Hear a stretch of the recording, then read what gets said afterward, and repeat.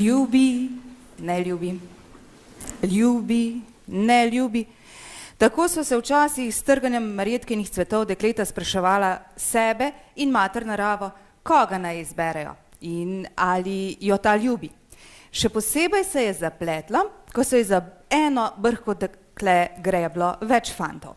Tako, kot se za Klaro potegujeta Blaž in Gregor.